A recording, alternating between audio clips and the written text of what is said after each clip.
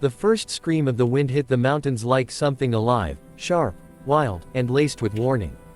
And inside a small wooden cabin tucked deep in the Wyoming pines, Evelyn's heart froze mid-step, sensing what was coming long before the storm even touched her door. She had lived alone for 7 years, and she knew nature's moods the way she knew the scars on her own hands. But nothing, absolutely nothing, prepared her for the desperate pounding on her door that night. No man had crossed her threshold in years. Not since the accident. Not since she'd chosen solitude over heartbreak. Yet someone was outside, and they sounded like they were being swallowed alive by the blizzard. Evelyn opened the door just enough for light to spill through. What she saw made her heart jolt. A tall man, drenched in snow and half collapsed against the doorframe, looked up at her with frozen lashes and a trembling voice.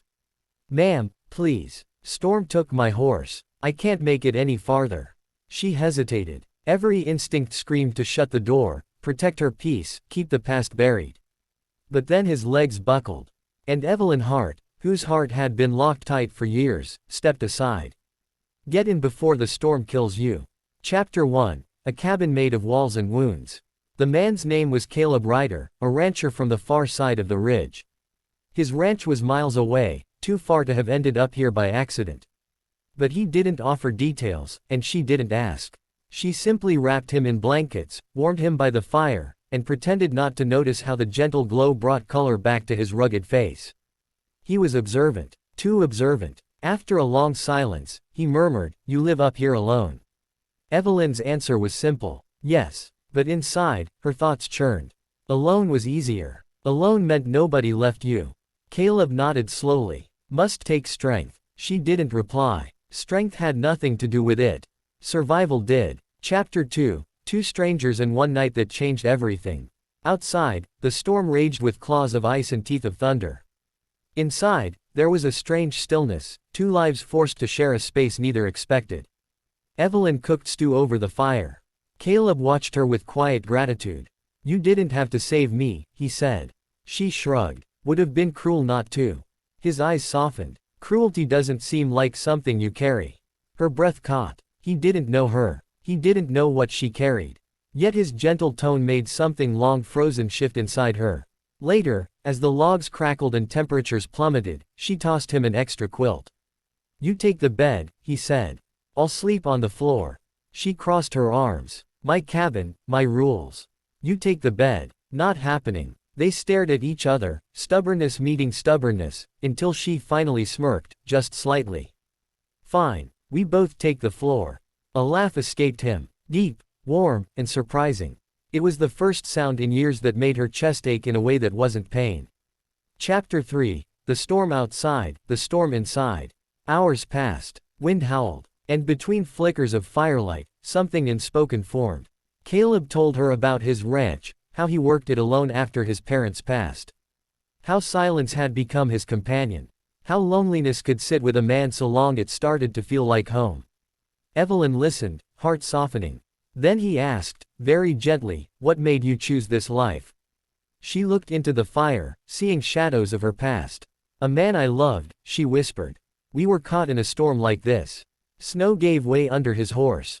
I watched him fall." Her voice cracked. "I couldn't save him." Caleb's expression shifted, pain and empathy woven together.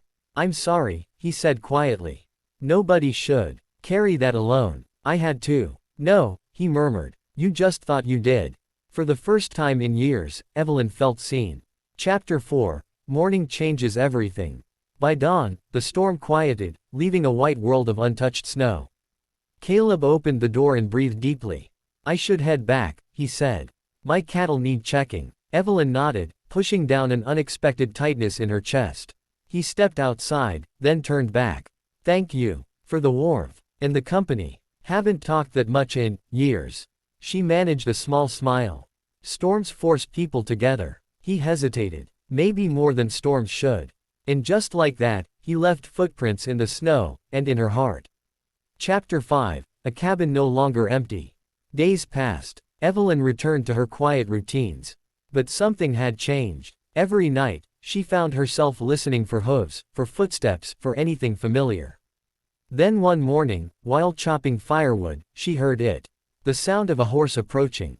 Slow, Intentional. Her breath caught. Caleb dismounted near her porch, holding his hat awkwardly. Brought you something, he said, revealing a small sack. Just supplies. Thought you could use 'em. Supplies weren't the reason he came. She knew it. He knew she knew it. Instead of calling him out, she motioned toward the cabin. You want coffee? His smile was soft, hopeful. I'd like that. Chapter 6, Two Souls Healing. Visits became weekly, then daily. Sometimes they talked. Sometimes they worked together, fixing fences, gathering firewood, tending the land side by side. Caleb never pushed her, never rushed her, never stepped beyond what she allowed. And slowly, Evelyn realized something startling. Her cabin didn't feel like a cage anymore. It felt warm, alive, shared. Chapter 7, the night she finally let him in. One evening, after repairing the roof, Caleb lingered near the door.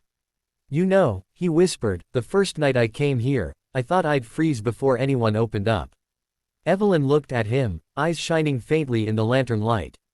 Part of me wasn't going to. But you did. Her voice trembled. I didn't want to let anyone in again. Caleb stepped closer, not touching, just near enough to feel his warmth. You didn't let me in because you had to, he said gently. You let me in because your heart wasn't done living. Tears filled her eyes. And for the first time in 7 long years, Evelyn Hart let herself lean, just slightly, into someone again. Final chapter, Love After the Storm. Spring melted the last of the winter snow. Flowers bloomed around the cabin. And one evening, Caleb held her hands as the sun dipped behind the ridge. I don't want to be just a visitor anymore, he whispered. Let me build a life with you. Slow or fast, your pace. But let me stay. Evelyn looked at the cabin, once a sanctuary of solitude, now filled with laughter, warmth, and a man who understood her wounds without fear. No man ever shared my cabin, she said softly. Until you. Caleb's eyes glistened. So, is that a yes? She smiled, the first full, unguarded smile in years. Yes. Inspiring message. Sometimes life's fiercest storms don't come to break us, they come to deliver the people who help us heal. Evelyn hid from the world to protect her heart, but love found her anyway, in the form of a lonely rancher seeking shelter. Because even the coldest winters can bring the warmest beginnings.